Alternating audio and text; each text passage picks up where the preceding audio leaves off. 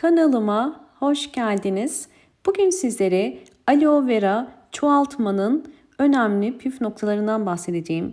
Özellikle aloe veralarınızın bol bol yavru çıkarabilmesi için, çoğalabilmesi için aloe veraları gençleştirme işleminden de bugün sizlere bahsedeceğim. Belki bunu ilk defa duymuş olabilirsiniz.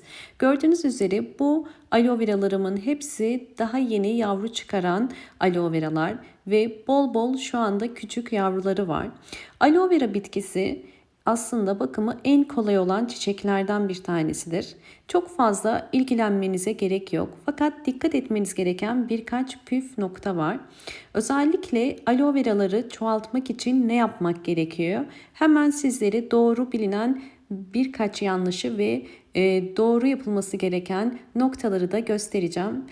Aloe veraları çoğaltmak için yaprağından kesmek mi gerekiyor? Bununla ilgili YouTube'da birçok video var. Aloe vera çoğaltmanın bir yöntemi değildir bu. Kesinlikle bu yöntem yanlış bir yöntemdir. Bu yöntemi uyguladığınız zaman sadece aloe vera yaprakları boşuna gitmiş olacak ve kesinlikle çoğalmaz. Ya da aloe veraları keserek çoğaltabilir miyiz? Bugün sizlere bunun da yöntemini göstereceğim. İkisi arasında farklar var. Biri yaprağından, diğeri ise bu şekilde gövde kısmından koparılarak. Aloe verayı bugün nasıl gençleştirebiliriz? İlk olarak onu göstermek istiyorum. Aloe veralar özellikle bakın bu şekilde uzun gövdelere sahiplerse ve gövde kısmında kök ve yavru çıkarıyorsa bu aloe veranın artık gençleştirme zamanı gelmiş demektir. Yani aloe verayı keserek bir aloe veradan 2 tane elde edebilirsiniz. Bunun için de bakın bu şekilde gövdesinin uzun ve üst kısmını da gördüğünüz üzere zaten çiçeğin devamı var. Fakat gövde çok fazla uzun olduğu için artık gövdesi dik de duramıyor. Bu tarz durumlarda yapmanız gereken aloe verayı gençleştirmek. Bakın küçük küçük gövde kısmında yavrular var. Peki biz bunu nasıl ayırabiliriz? Gördüğünüz üzere çubuğunu çıkardığımda ayakta duramıyor çünkü gövdesi çok uzun. Bu tarz orkidelerde gövde kısmında kök de olur. Bakın bu gördüğünüz yavru aloe veraların hemen üst kısmında aslında diğer üstteki bağlantı kısmında kökler de çıkarmış. O kökleri zarar vermeden dikkatli bir şekilde keserek aloe veramızı gençleştirebiliriz. Hemen bakın bu gördüğünüz noktadan hafifçe kesiyorum ve daha sonra bu noktadan tekrardan keseceğim. Evet, hafifçe kestim ve şimdi elim ile çok zarar vermeden ikiye ayırıyorum.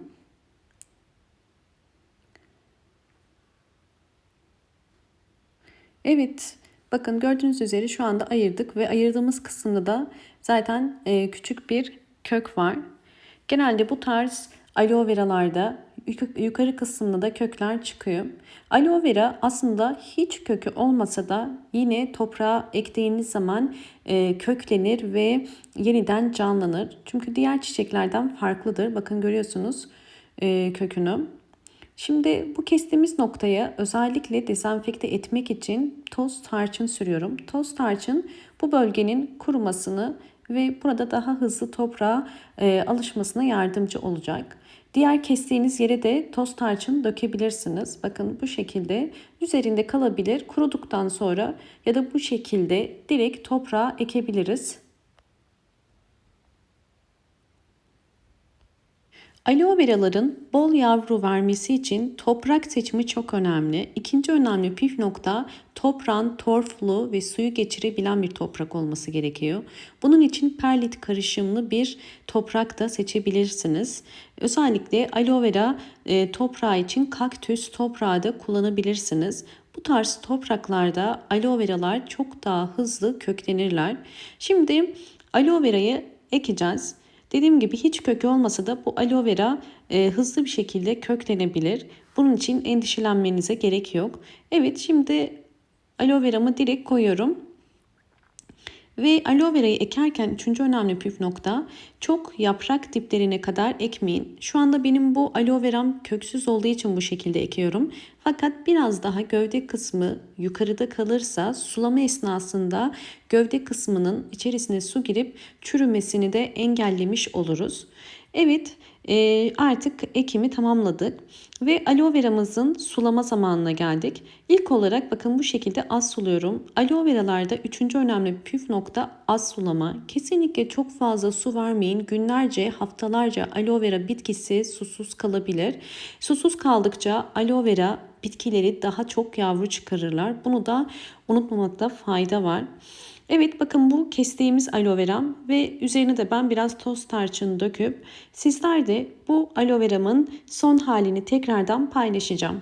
Evet, aradan tam 2 ay geçti. Bu işlemi ben 17 Ekim'de yapmıştım. Ve şu anda gördüğünüz üzere kestiğimiz aloe veramız yeniden canlandı ve gençleşti. Kestiğimiz aloe veramızın bakın saksı içerisinde de bol bol yeni yavruları çıkmaya başladı ve kenarındaki aloe veralar da büyüdü. Bu tarz işlemlerde aloe vera daha hızlı büyür, daha hızlı yapraklar uzamaya başlar. Bakın gördüğünüz üzere kestiğimiz yerden itibaren aloe veralar kenarlardan bol bol yavruları büyümeye başladı. Gençleştirmek için ayırdığımız aloe veramızın diğer parçasını da ekmiştik hatırlarsanız. Gördüğünüz üzere bu da gayet şu anda sağlıklı ve büyümeye devam ediyor. Aynı zamanda bakın kenar kısımlarından yeni yavrular da çıkarmaya başladı. Bu aloe veramızın bu ortamına alıştığını ve artık gördüğünüz üzere köklerinin büyümeye başladığını gösteriyor. Dördüncü önemli püf nokta ise aloe vera'nın bol ışık alması gerekiyor. Eğer evde bir aloe vera büyütüyorsanız kesinlikle direkt güneşe koymayın. Çünkü evde büyütülen aloe veralar güneşi sevmezler ve güneşle temas kurdukları anda yaprakları sararmaya başlar ve jelleri çekilir. Bu yüzden bol ışık alan fakat direkt güneş almayan bir yere koyun. Fakat bahçede büyüttüğünüz aloe veralarınız zaman ile sararsa bile güneşte alışacağı için tekrardan canlanacaktır. Dışarıda güneşte duran aloe veralarımı içeri aldıktan sonra bu şekilde canlandılar. İkisi arasındaki farkı da görmüş oldunuz. Çünkü bu aloe veraları ben evde büyüttüğüm için dışarıda kalınca hemen tepki olarak sarardılar. Fakat sürekli dışarıda büyüyen bir aloe vera için bu geçerli olmayabilir.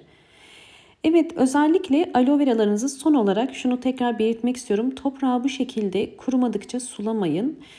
Çok suyu sevmedikleri için siz çok fazla sulama yaptığınız zaman kök çürümesi olur. Kök çürümesinin olmaması için lütfen sulama yaparken hem üstten yapmayın, yaprak aralarına girmesin, hem de çok sık sulamayın. Bir aloe vera bitkisini 3 hafta 4 hafta boyunca susuz bırakırsanız bile ölmez. Fakat kuru toprakta aloe veralar daha hızlı yavru çıkarırlar. Bu da bir püf nokta. Aloe veraları bol bol yavru çıkarması için bu anlattığım püf noktalara dikkat ederseniz ben de olduğu gibi bol bol yeni yavrular çıkarırlar. Umarım bu anlattığım püf noktalar sizler için faydalı olmuştur. Videomu buraya kadar izlediyseniz ve beğendiyseniz hemen beğen tuşuna basıp kanalıma da abone değilseniz eğer bana destek olmak için abone olabilirsiniz. Bol bol yorumlar yapıp yorumlar kısmında da sorularınız varsa sorabilirsiniz. Hoşça kalın, sağlıkla kalın.